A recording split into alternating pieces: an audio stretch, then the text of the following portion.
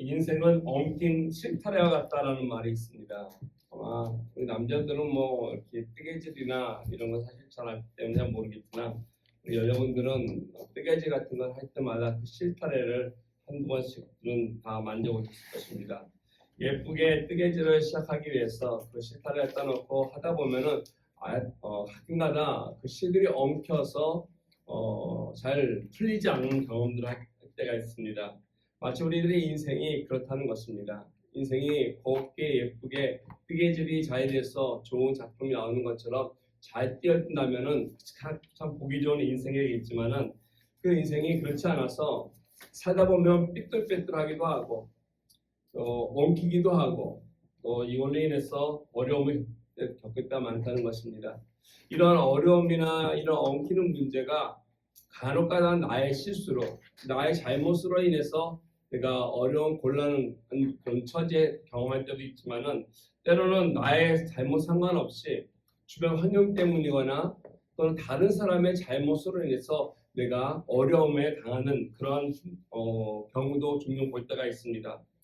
여러분의 인생은 어떤지 모르겠습니다. 여러분의 인생이 다른 사람 때문에 정말로 억울하고 힘들고 이렇게 엉켜져 있는, 그래서 답답했던 그런 순간은 있지 않았는지요. 예전에 아르헨티나에 있었던 사건입니다.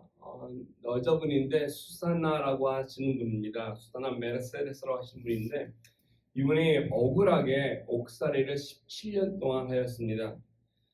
1979년도에 한 노숙자를 살해했다라고 하는 혐의로 인해서 가석방이 없는 종신형을 받고 형을 살아갔습니다.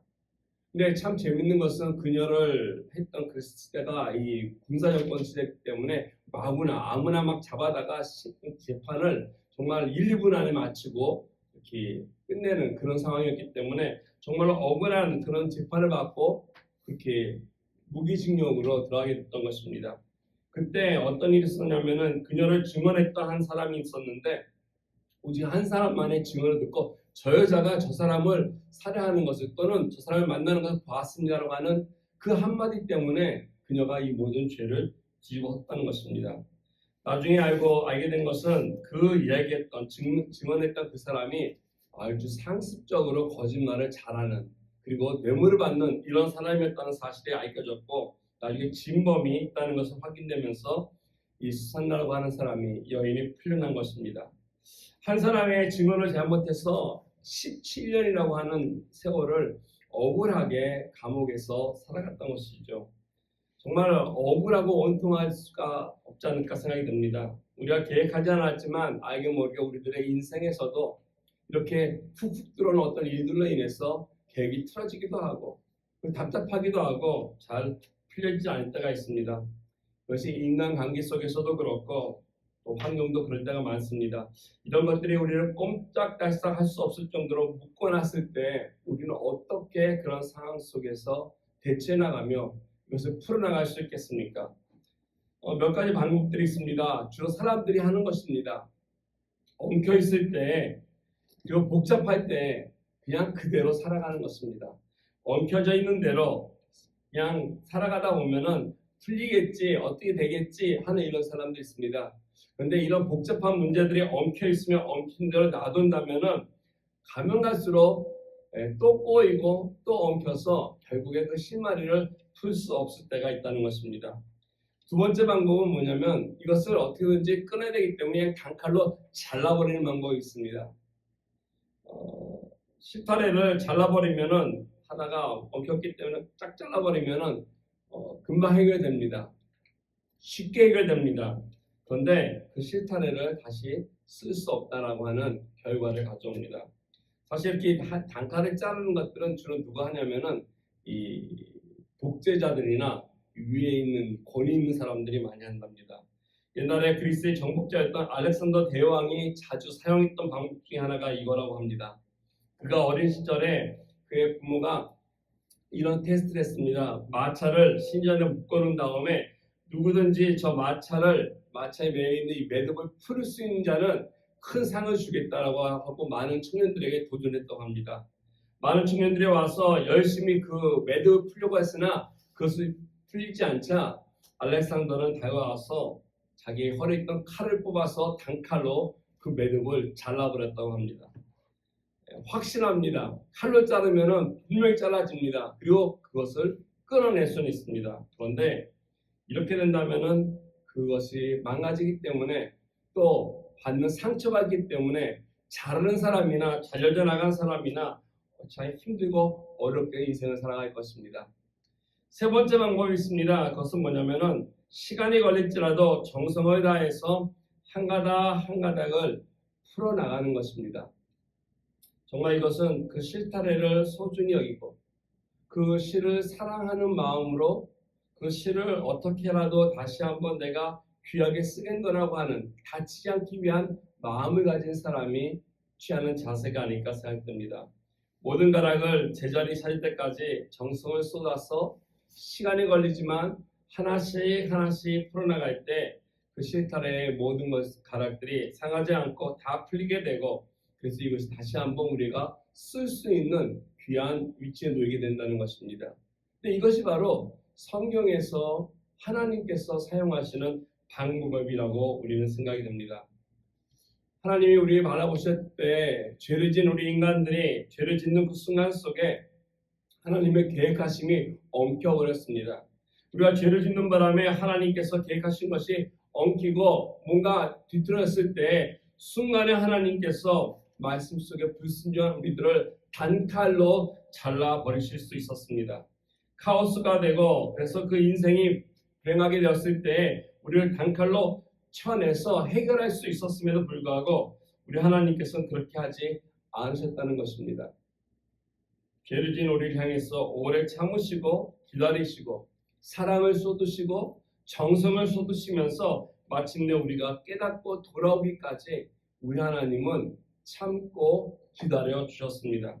아니 심지어 우리가 돌아오지 않게 될 때는 친히 그가 이 땅에 그의 육신의 몸을 입고 오셔서 우리에게 다가오시고 우리 향하여서 스스로 희생 제물을 되어 주심으로 죄와 사망에서 풀어내신 것이 바로 우리 하나님께서 우리에게 다가오시는 우리의 인생을 풀어가시는 하나님의 사랑의 방법이라는 것입니다. 오늘 저와 여러분들은 이와 같은 귀한 하나님을 믿고 그 예수님을 영접하고 살아가는 하나님의 사람들입니다. 그래서 우리 삶 속에서 내가 예수님을 믿기 때문에 하나님을 믿기 때문에 문제가 없느냐? 그렇지 않습니다. 세상 사람들이 갖고 있는 문제 우리들에게도 반드시 있다는 것입니다. 아무리 노력해도 그 문제들 저들과 똑같이 풀어낼 수 없을 때도 많다는 것입니다. 다른 것은 결코 우리는 세상 사람들이 그 문제를 풀어나가는 방식과는 달라야 한다는 것입니다. 세상 사람들은 포기하거나 또는 세상 사람 단칼로 잘라낼 때 우리들은 그렇게 하면 안 된다는 것입니다. 하나님이 우리를 대하셨던 것처럼 시간이 걸릴지라도 우리가 인내하며 참으며 사랑과 믿음 가운데서 우리들의 인생 속에서 있는 문제 또한 하나님 앞에 하나씩 하나씩 풀어갈 때 우리들의 인생 자체가 하나님께 영광이 될 수 있다는 사실입니다. 그걸 통해서 귀한 열매들이 또한 주어진다는 것입니다. 어떻게 하면은 하나님의 방식대로 우리 삶 속에 닥치는 문제들을 풀어가고 헤쳐나가고 그 엉켜진 실타래를 우리가 풀어서 아름다운 인생을 살 수 있겠습니까? 오늘 말씀에 보면은 빌보 교회를 향해서 편지 쓴 사도 바울이 주시는 귀한 말씀 속에 이 문제를 풀어나갔던 귀한 모습이 잘 그려져 있습니다. 우리가 지금까지 공부하고 또 같이 묵상해 오면서 살펴보면 이 빌립보 교회는 정말 참으로 신학에 있는 여러 교회 가운데서도 훌륭한 교회 중에 하나입니다. 정말로 그들은 바울을 잘 섬겼고 사랑했고 복음을 열심히 전했고 하나님의 일에 있어서도 정말로 마음을 다했었던 그러한 교회였습니다. 누가 봐도 정말 훌륭한 교회였다는 것입니다. 그럼에도 불구하고 문제가 없었다는 것은 아닙니다. 완벽한 교회는 아니었습니다. 우리가 알다시피 이 세상에 그 어느 교회도 문제가 없는 교회는 없을 것입니다. 크고 작은 심각하고 또 여러 가지 다양한 문제들은 모든 교회가 이 땅을 살아가면서 경험할 것입니다. 어느 목사님이 말했듯이 병원에는 늘 환자들이 있듯이 교회는 마치 그와 같은 곳이라고 얘기했습니다. 병원에 건강한 사람이 없을 것입니다. 건강하면 나가지 않습니까? 교회가 그렇습니다. 많은 환자들이 잔뜩 모여 있는 곳인데 어찌 그 교회 안에서 아파하는 소리나 고통스러운 소리가 나지 않겠습니까? 교회 안에는 늘 문제가 있다는 것입니다. 오늘 빌립보 교회도 마찬가지로 그와 같은 문제가 있을 수 있는 교회였습니다. 분명히 좋은 교회였습니다. 훌륭한 교회였으나 그 가운데 어려움이 있었다는 것입니다. 오늘 1절 말씀 보면은 바울은 그 교회를 향해서 이러한 마음을 가지고 얘기합니다. 나의 사랑하고 사모하는 형제들, 나의 기쁨이요 면류관이요 사랑하는 자들아 라고 하면서 이와 같이 주 안에서 서 있어라 라고 권면하고 있습니다. 이 말씀을 보면 바울이 얼마나 그들을 향해서 마음이 애틋했는지, 얼마나 사랑하고 존경했는지 잘 알 수 있습니다. 기쁨이었고 면류관이었음을 분명히 말씀하고 있습니다. 그만큼 바울이 이 교회를 아꼈고 사랑했다는 것이 있습니다. 그런데 이러한 교회가 그럼에도 불구하고 문제가 없었느냐? 이게 아니라는 것입니다. 2절에 보시면 문제가 드러나진 않지만 암시적으로 나와 있습니다. 내가 유오디아를 권하고 순두개를 권하노니 주 안에서 같은 마음을 품으라. 바울의 같은 마음을 품으라 권면하는 것은 결국 저들에게 있어서 뭔가 서로 어려움이 있다는 것을 암시해주고 있습니다. 한 마음이라면 권면할 필요가 없었을 것입니다. 뭔가 서로 다르고 갈등이 있고 부딪힘이 있고 그래서 어려움을 겪었던 것입니다. 여기 소개되고 있는 이 유두개라고 하는 사람, 유오디아라고 하는 사람, 또 순두개라고 하는 사람은 우리가 예전에도 봤듯이 솔직히 누구인지 모릅니다. 그래서 이 사람이 좋다 나쁘다 우리가 평가할 수 없다는 것입니다. 성경에 나와 있지 않습니다. 근데 한 가지 알 수 있는 것은 이름을 볼 때 적어도 이 사람들은 여자였다는 것입니다. 여인들이었습니다. 근데 그 당시만 해도 여인들은 그 사회 속에서 이렇게 높은 위치나 어떤 권리들을 행사하는 데 있어서 인정받거나 그러지 못했습니다. 근데 오늘 보는 이 빌립보 교회는 약간 달랐던 것 같습니다. 빌립보가 위치해 있었던 마게도냐 지역이 다른 지역과는 여자들에 대해서 조금 더 관대했던 것 같습니다. 그들에게 있어서 같은 헬라 지역이 있음에도 불구하고 좀 개방적이기 때문에 여인들이 여러 가지 직업과 또는 그런 일들을 감당했던 것 같습니다. 그래서 그런지 여인들의 하는 많은 일들이 교회 안에서도 그 위치나 어떤 역할들이 좀 많은 비중을 차지했던 것 같습니다. 우리가 알다시피 빌립보 교회를 개척했을 때 바울이 만났던 한 여인이 있습니다. 루디아라고 하는 귀한 여인인데 그 여인이 했던 것이 사도행 16장에 보면은 자주장사를 했다라고 하고 있습니다. 이 자주라고 하는 것은 원단을 얘기합니다. 그래서 그 원단을 가지고 장사를 했던 그런 사업가였던 것을 알 수 있습니다. 그래서 여러 면에서 재정도 그렇고 영향도 끼치고 그래서 이 여인임에도 불구하고 그 사회 속에서 무언가 일을 하는 그런 사람이었던 것입니다. 그래서 알게 모르게 이 마게도냐 지역에 있었던 빌립보를 포함했던 여러 교회들은 이 여인들의 활동이나 영향이 나름대로 큰 교회라고 말씀드릴 수 있습니다. 여기 나와 있는 이 두 여인이 이 여인이 아마 교회 리더격으로 그 안에서 교회를 이끌어가고 인도했던 사람들이 아닌가 생각이 듭니다. 무슨 이유인지 모르겠습니다. 무엇으로 인해서 이 두 사람이 부딪혔는지 의견이 달랐는지 뭔가 엉켰다는 것입니다. 이 두 여인의 마음인지 생활인지 모르겠으나 교회 안에서 엉켰기 때문에 이 엉킨 거에 가져서 교회에 어려움을 갖고 오게 되었고 문제를 일으켰습니다. 인생 살다 보면 이렇게 엉킬 때가 있지 않습니까? 우리 남자들도 마찬가지죠. 남자들도 엉키고 싸울 때가 있습니다. 그런데 남자들과 여자들이 엉키는 것은 다른 것 같습니다. 왜 남자들은요 그냥 욱하고 한번 싸우고 확 지르고 그러면 끝나요. 치고받으면 끝나는데 여자분들은 좀 다르다고 합니다. 풀어야 할 때 어떻게 풀어야 할지 몰라서 고민하다가 참 힘들어요. 아까도 우리 시작하기 전에 화장 얘기했지만은 이 치티핑 물어보면 여러 가지 좋은 얘기를 해주는데요. 남자와 여자의 차이점 가운데서 이런 얘기가 있습니다. 남자는 여자가 이렇게 얘기할 때는 잘 들어야 되는데요. 여자가 괜찮아 내가 할게 그러면요 남자들은 그냥 이렇게 하는데요. 남자들은 여자가 하게끔 놔둔대요. 여자가 그랬으니까 괜찮아 내가 할게 그랬으니까. 그런데 남자가 그렇게 하면 여자들은 화를 낸대요. 분명히 여자가 괜찮아 내가 할게 그래서 남자들은 가만히 놔뒀는데 여자들은 화를 낸다는 것입니다.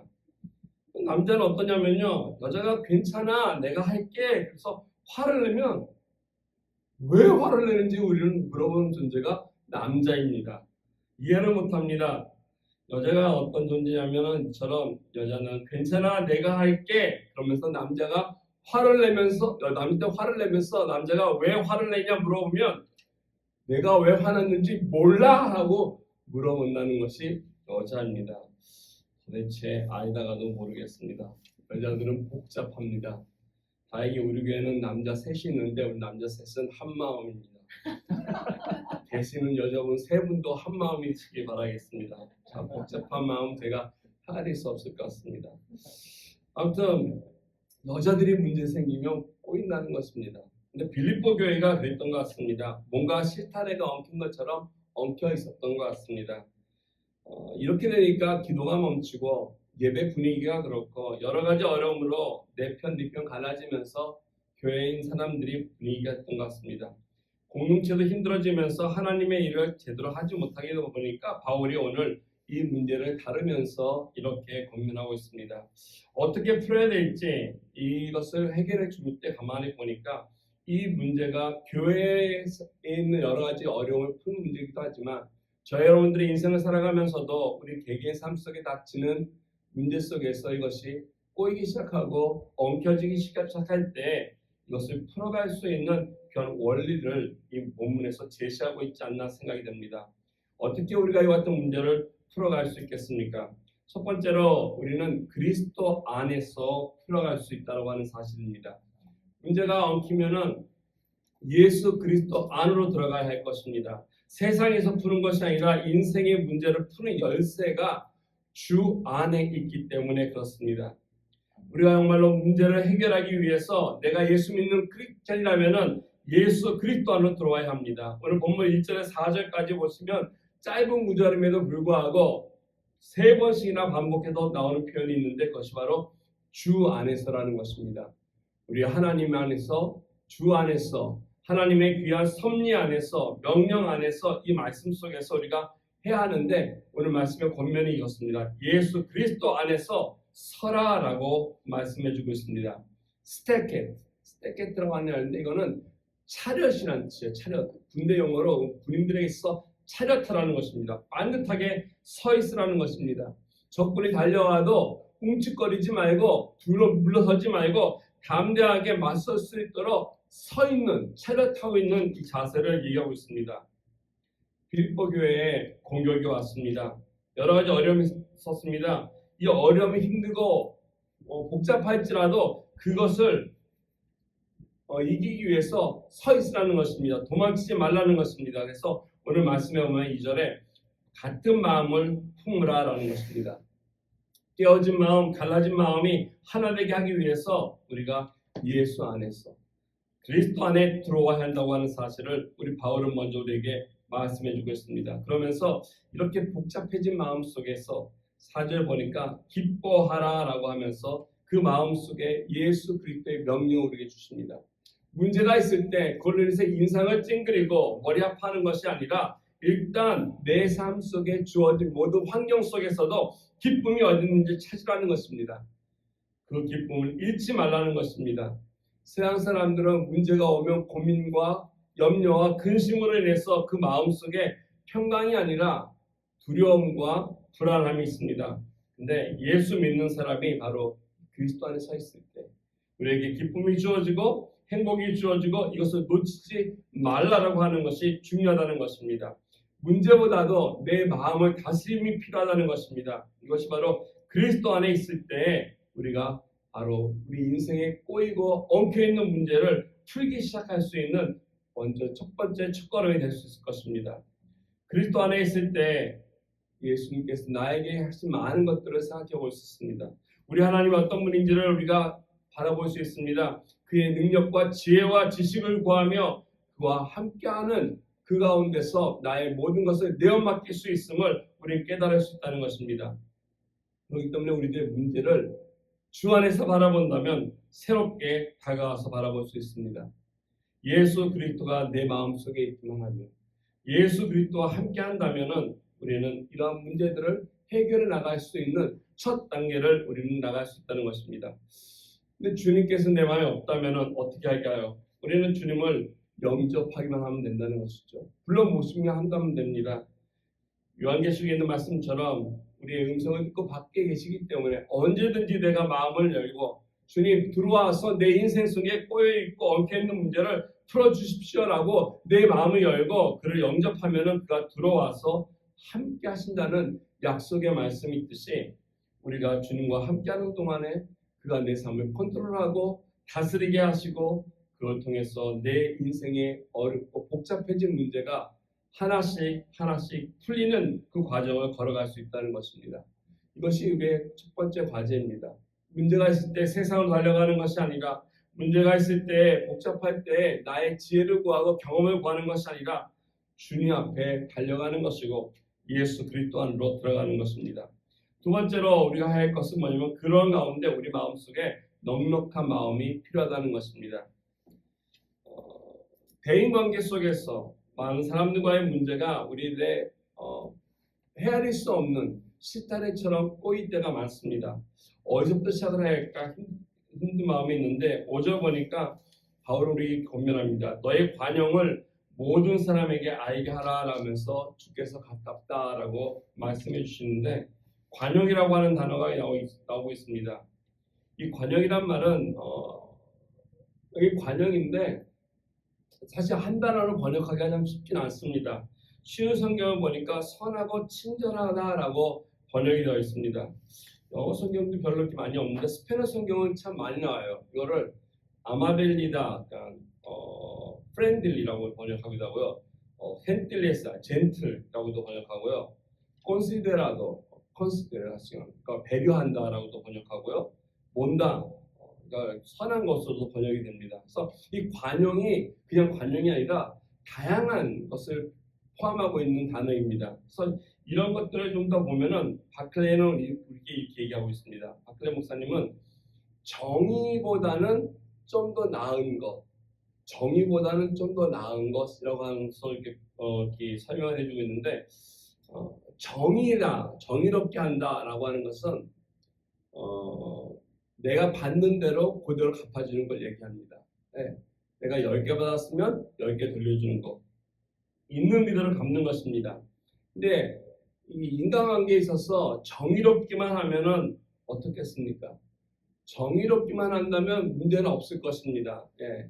내가 10개 받았으니까 10개 주고 딱 정의롭게 한다면 그 관계는 잘 될 것이지만 매우 차가운 관계가 될 것입니다. 그래서 정의보다는 조금 더 나은 것이라고 한 편, 즉 선하고 친절하는 것, 이것을 관용인데 이게 바로 하나님께서 우리에게 베푸신 또는 우리를 구원하실 때 사용했던 방법입니다. 아까 말씀드린 것처럼 우리가 죄를 지었습니다. 하나님 앞에 죄 지었으면은 정의가 있으면 그 죄에 대한 대가를 받아야 합니다. 죄 졌으니까 벌을 받아야 하는 건 당연합니다. 죄 졌으니까 우리에게 오는 대가는 사망입니다. 죽어야 되는 것입니다. 심판받고 지옥 가는 거 당연한 것입니다. 우리가 할 말 없습니다. 그런데 이 세상에서 죄 짓지 않고 살아가는 사람이 어디 있겠습니까? 우리 모두가 죄가 있기 때문에 우리들의 죄가 우리에게 향해서 우리를 심판대에 놓게 하고 우리를 결국 사망으로 이끈다는 것입니다. 근데 우리 하나님께서는 공의 하나님이시기 때문에 이런 공의를 행하십니다. 정의를 행하십니다. 그런데 그 정의 앞에는 그 누구도 설 수 없으나 우리 하나님께서는 그 방법을 택하지 아니하시고 우리 대신 예수 그리스도를 보내셨다는 것입니다. 나 대신 나의 죄의 대가를 지불하실 수 있는 다른 방법을 찾으신 것입니다. 그래서 공의보다는 정의보다는 좀 더 나은 관용을 베풀어 주십니다. 심판하고 칼로 자르는 거 좋습니다. 정확합니다. 깨끗합니다. 근데 그보다 훨씬 더 좋은 것이 바로 이와 같은 관용이라는 것입니다. 저 여러분들의 인생 가운데 이 관용의 자세, 이 지혜로움이 있기를 주님의 이름으로 축원드리겠습니다. 제가 갖고 있던 책 중에 누구를 빌려줬는데요. 빌려준 제가 꼭 돌려받는 그런 습관이 있는데 그 책 아니면 너무 좋은 책은 제가 사서 줍니다. 빌려주기 싫어서. 근데 그 책이 좋은 책이 하나 있었는데 그 책을 빌려줬는데 돌려받지 못했어요. 안희수 교사님이 쓴 책 가운데 한 권이 있습니다. 거기 그 책 내용에 보면은 마태복음 26장 내용을 가지고서 이 안희수 교사님이 묵상하다가 쓴 내용인데요. 마태복음 26장에 보면 예수님이 겟세마네 동산의 마지막에 십자가를 앞두고 나서 기도하러 가시는 모습이 그려져 있습니다. 마지막 기도시고 마지막 순간이니까 얼마나 마음이 복잡하셨겠습니까? 이제 곧 죽음도 앞두고 물론 구원을 우리에게 베푸시기 때문에 기쁘시기도 하겠지만은 얼마나 답답했는지 혼자 가지 아니하시고 제자들에게 이렇게 얘기합니다. 같이 기도하러 같이 가자 해서 그래도 믿을 만한 베드로와 야고보와 요한 3명을 데리고 갔습니다. 나름대로 12명 가운데 가장 가까이에서 믿을 만하기 때문에 같이 기도하자라고 데려갔습니다. 그래서 같이 한참에 기도하는데 예수님이 한참 기도하다가 딱 보니까 이 세 사람이 어떻게 하고 있었습니까? 열심히 기도했습니까? 아니요, 자고 있었습니다. 자도 코를 걸면서 자는 모습을 봤습니다. 자는 모습을 보면서 우리 주님께서 여기서 이런 말씀하지 않습니까? 마음은 원이로되 육신이 약하도다. 마음은 원이로되 육신이 약하도다 하시는 이 주님의 말씀을 안희 교사님이 이렇게 그 내용을 읽으시면서 묵상하시면서 이렇게 표현했습니다. 그럴 수도 있지. 그럴 수도 있지. 그래서 그 책 제목이 그럴 수도 있지라고 지었다고 하는데요. 그 책의 내용은 참 그런 얘기가 많습니다. 우리 인간관계 속에서 안 풀릴 때가 있습니다. 이해되지 않을 때도 있습니다. 문제가 생길 때 있습니다. 근데 그 문제를 제공한 사람을 탓한다고 문제가 사라지겠습니까? 무능함을 얻게 한다고 해서 그 문제가 풀리지 않습니다. 원망한다고 해서 문제 풀리지 않습니다. 우리가 하나님 앞에 나갔을 때 하나님께서 나를 다루신 것처럼 나를 향해서 바라보시면서 정말 답 없다 그러시지만은 그럴 수도 있지라고 나를 향해서 하셨던 것처럼 우리 또한 인생 삶 속에서 나에게 어려움을 주고 힘듦을 주고 문제를 꼬이게 만들고 엉겁게 만든 사람 그럴 수도 있지 하면서 우리가 수용하고 받아주고 나간다면은 우리는 많은 문제들을 더욱더 쉽게 그 실타래를 풀어나갈 수 있을 것입니다. 우리 인생 가운데 엉킨 문제들 예수 그리스도 안에 있으면 우리가 그것을 풀어나기 시작하는데 그 가운데 여유를 가지고 주님의 마음을 가지고 그럴 수도 있지 넉넉한 마음을 가지고 나간다면 그 문제들을 우리들의 생각보다 우리들의 계획보다 훨씬 더 빨리 더 쉽게 주 안에서 풀어질 수가 믿습니다. 근데 이 두 가지 갖고는 약간 모자랍니다. 그래서 하나 더 필요한 것이 오늘 바울이 준 말씀인데 그것은 바로 기도의 능력이 우리에게 필요하다는 것입니다.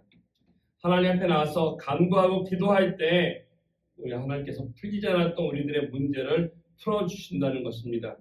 6절과 7절 말씀에 잘 나와 있습니다. 아무것도 염려하지 말고 다만 모든 일에 기도와 간구로 너희 구할 것을 감사함으로 하나님께 아뢰라.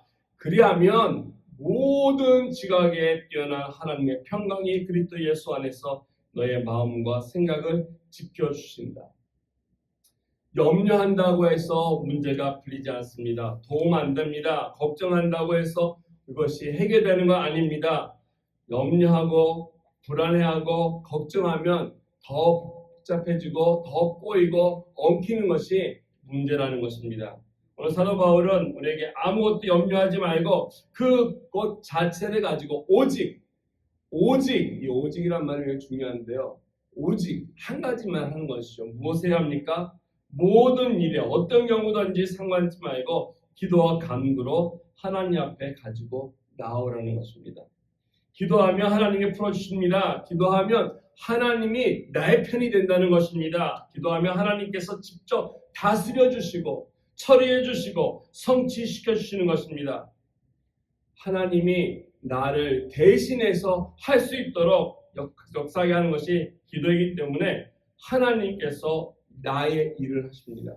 나는 하나님의 일을 하지만 하나님께서 나의 일을 할 수 있도록 하는 것, 그것이 바로 기도라는 것입니다. 이 기도를 통해서 하나님의 전능한 능력이 나타나고 그 기도가 가득하게 되면 내 마음속에 하나님이 주시는 평강이 가득 채워진다는 것입니다.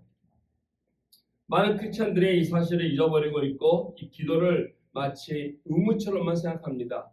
정해진 시간에만 기도한다라고 생각이 되는 것 같습니다. 그래서 기도 모임 시간에만, 회에만 기도할 때가 있는 것 같습니다. 하나의 의무처럼 생각하는데 사실 기도는 우리에게 있어서 특권이고 이 기도는 우리에게 있어서 즐겨야 할 분입니다. 이것을 우리가 오해하고 있는데 기도가 불편한 것이 아니라 어려운 것이 아니라 이것을 사용하면 사용할수록 하나님이 나의 일을 해결해 주신다는 것입니다. 그래서 기도하면은 내가 결단코 손해보는 일이 아니라는 것입니다. 히브리서 4장 16절에 보면은 우리가 기도할 때 우리에게 주어지는 귀한 특권에 대해서 잘 설명해 주고 있는데 거기 보면 이런 말씀이 있습니다. 그러므로 우리는 긍휼하심을 받고 때를 따라 돕는 은혜를 입기 위하여 은혜의 보좌 앞에 담대히 나아갈 것이다. 우리가 하나님 앞에 말씀 보니까 쉬운 성경으로 이렇게 풀어놨습니다. 하나님 보좌 앞에 담대하게 나아갑시다. 보좌 앞에 나간다는 건 기도하라는 것입니다. 그곳에는 은혜가 있으며 우리의 때를 따라 우리를 도우시는 자비와 은혜를 받을 수 있다는 것입니다. 하나님 앞에 나가서 기도할 때 하나님께서 때를 따라서 우리를 위해서 도와주시는 그 은혜를 경험한다는 것입니다. 은혜의 보좌가 어디입니까? 그것은 바로 기도하는 자리인데 이 옛날에는 히브리서를 말하는 사람들은 그것은 바로 이 성막 안에 있는 지성소 안을 얘기하고 있습니다. 이 지성소 안에 들어가면 법궤가 있습니다. 이 법궤 위에 그 법궤를 덮고 있는 그 뚜껑을 은혜의 보좌라고 불렀습니다. 우리가 요즘에 출애굽기를 읽으면서 성막을 짓는 여러 가지 모양들을 이렇게 읽었던 것 같은데요. 좀 더 이어나가면 분명히 이 성막 안에까지 있는 것들을 우리가 이어나갈 것입니다. 성막을 여러분들 보시면 이렇게 나눠져 있습니다. 제일 바깥에 있는 것이 이방인의 뜰입니다. 그래서 이스라엘 사람들이 아닌 사람들이 성막에 가서 하나님을 이렇게 영광을 좀 보고 하나님께 제사 드릴 수 있도록 모여 있을 수 있는 가장 가까이 갈 수 있는 것이 바로 그 이방인의 뜰입니다. 그래서 그 이방인의 뜰을 지나면은 여인의 뜰이 나옵니다. 이 여인의 뜰은 뭐냐면 이스라엘 여자들, 유대인 여자들이 들어갈 수 있는 것이에요. 그래서 그들은 우리보다 좀 더 앞에 갈 수 있어요. 이방인들이 있고 그 다음에 들어가는 것이 여인들의 뜰이고요. 그것이 지나면은 그 다음에 있는 뜰이 나오는데 그게 바로 이스라엘의 뜰입니다. 유대인들 남자들이 들어갈 수 있는 뜰입니다. 그 뜰을 지나서 조금 더 가면은 그 다음에는 이제 제사장이 제사 드릴 수 있는 곳이 나옵니다. 거기 보면 번제가 있고요. 거기서 여러 가지 이제 소나 이 양이나 비둘기를 잡아서 그 안에서 제사 드릴 수 있도록 해놓은 것이 그곳에 있습니다. 그래서 제사장이 거기서 그걸 하고 조금 더 가면 우리가 알고 있는 것이 성소라는 것이 나옵니다. 이 성막 안에 그 성소가 있는데 그 안에 가면 이제 금촛대가 있고 진설상이 있고 또 향신료가 있고 그래서 거기는 제사장들만 들어갈 수 있는 것입니다. 그러니까 이방인들은 저 멀리 있지만은 제사장은 굉장히 더 가까이 있다는 것이죠. 거기에서 조금 더 가면 휘막이 있는데 그 휘막을 열고 들어가면은 그 안에 놓여 있는 것이 법궤입니다. 그리고 그 장소는 지성소라고 해서 성소가 나눠져 있는 그곳은 함부로 들어가는 것이 아니라 1년에 한 번 대제사장만 들어갈 수 있는 것입니다. 그리고 그 법궤 위에 있는 그것이 바로 은혜의 보좌인데 오늘 히브리 기자는 우리한테 그 은혜의 보좌에 나갈 수 있음을 얘기합니다. 우리가 거기까지 나가기 위해서는 이방인들입니다. 여자의 뜰을 지나가야 되고 이스라엘 사람들이 뜰을 지나가야 되고요. 제사장의 뜰을 지나서 성소를 지나서 그 안까지 가야 합니다. 우리가 사실 이스라엘 백성 바깥에 있던 사람들입니다. 이방인들이었기 때문에 하나님의 은혜 바깥에 있던 사람들인데 우리가 예수 그리스도를 통해서 어떻게 되었던 것입니까? 우리에게 주어진 은혜가 이것입니다. 기도할 수 있는 은혜라는 것은 이방인으로서 하나님을 정말 멀리서 우리가 뵐 수 있었는데 예수 그리스도로 말미암아 그 은혜의 보좌 앞까지 나아갈 수 있도록 주님께서 길을 활짝 열어놓으셨습니다. 정말로 이것은 저와 여러분에게 베풀어 주신 놀라운 은혜가 아닐지 모르겠습니다. 우리가 그 안에 나가서 예수를 통해서 하나님 앞에 기도드리며 하나님 앞에 우리들의 인생을 내어 맡길 수 있는 특권이 있음을 히브리 기자는 얘기하는데 매우 중요한 두 가지 약속을 우리에게 주십니다. 나가서 기도하면 첫 번째는 긍휼을 얻는다라고 얘기해 주셨습니다. 하나님의 용서하심이 있습니다. 죄사하심이 있습니다. 우리가 하나님 앞에 거룩해 됨에 대한 복을 누린다는 것입니다. 두 번째 약속이 있는데요. 이게 참 중요합니다. 때를 따라 돕는 은혜를 주신다는 것입니다. 우리는 지금 문제가 있고 어려움에 처했는지도 모르고 있을 때가 있습니다. 내가 살아가고 있는 삶 속에서 엉켜진지도 모르고 열심히 뜨개질할 때가 있다는 것입니다. 그런데 그 때를 하나님께서는 아시기 때문에 내가 눈치치지도 알기 전에, 내가 문제에 있는지도 알기 전에 하나님께서는 막아주시고 또 그 문제를 풀어주시고 해결해 주신다는 은혜가 있다는 것입니다. 이게 바로 때를 따라 돕는 은혜입니다. 마침 그때 하나님께서 우리에게 그 은혜를 베풀어 주셔서 우리의 삶 속에서 엉켜지고 힘들어하지 아니하도록 하나님 앞에 섬겨나갈 수 있도록 우리들을 이끌어 주시는 은혜가 있음을 여러분 기억하시기 바랍니다. 그래서 하나님 보좌 앞에 나갈 필요가 있습니다. 저 여러분들을 준비하시고 예비해 주셔서 정말로 우리들의 삶 속에서 우리의 지식으로 살아가는 것이 아니라 우리의 능력이 아니라 하나님의 은혜 가운데 나와서 인생의 어려운 문제들이 풀어나갈 때, 예수의 십자가 안에서 풀어질 때 많은 사람들에게 똑같은 은혜와 축복을 나누며 관계 속에서 관용하는 마음으로, 친절한 마음으로, 선을 베푸는 마음의 자세로서 섬길 수 있는 저 여러분들에게 주님의 이름 축원드리겠습니다. 같이 기도하겠습니다. 기도할 때 하나님, 우리 삶 속에 참 엉키고 설키면서 힘들 때 그런 순간들이 있는데, 아니 또는 지금도 그런 것이 있는데 예수 그리스도 안에서 아버지 해결할 수 있도록 도와주십시오. 우리 마음속에 그럴 수도 있지라고 하는 주님이 나를 향하신 그 관용의 마음을, 그 사랑의 마음을, 인내의 마음을 우리 또한 품게 하여 주시옵소서. 하나님 보호자 앞에 나가서 기도로 이 모든 것을 해결하시는 하나님을 찬양할 수 있는 우리가 될 수 있도록 이 시간 함께 기도하며 나가겠습니다. 함께 기도합니다.